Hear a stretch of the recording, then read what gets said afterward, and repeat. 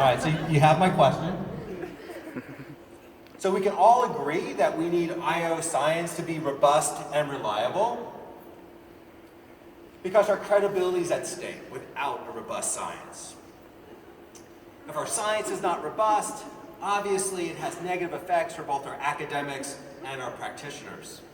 So what's hurting our science? Questionable research practices.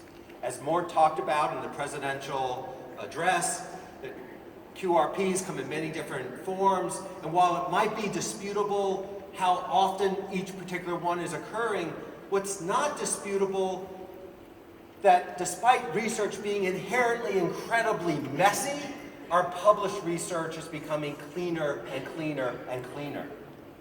And there's plenty of research to show this. But even if you don't believe the research, a fun party game is to look through the journals and see if you can find any p-value of 0.06. Now don't attach drinks to it because you will be sober the entire night. So some people might say, oh, we just have some bad apples. This is false. We have a bad barrels problem. We have a system that implicitly reinforces a set of behaviors that when taken together serve to hurt our science.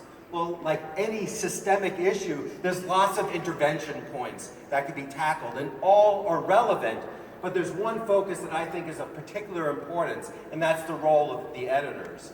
Editors help form the rules of the game. They help shape author and reviewer behavior, and thus should be a focus. This then brings me to John. John is the new editor of Leadership Quarterly. He took over the journal and implemented some incredibly important practices. He introduced a host of new submission paths that by having these paths help mitigate the need to even engage in questionable research practices. Some of the paths, first of all, he welcomed inductive and deductive research, had a new path where people could submit replications and null results, a path where people could submit critiques, and my personal favorite, a path where people could submit manuscripts free of results. That the reviewers were asked to evaluate the paper based on the merit of the question and the merit of the methodology. Because after all, shouldn't important questions answered in meaningful ways be published regardless of the results? Shouldn't it? Yeah. Vagina! Okay, I have a new problem. So, what if journal editors were bold like John?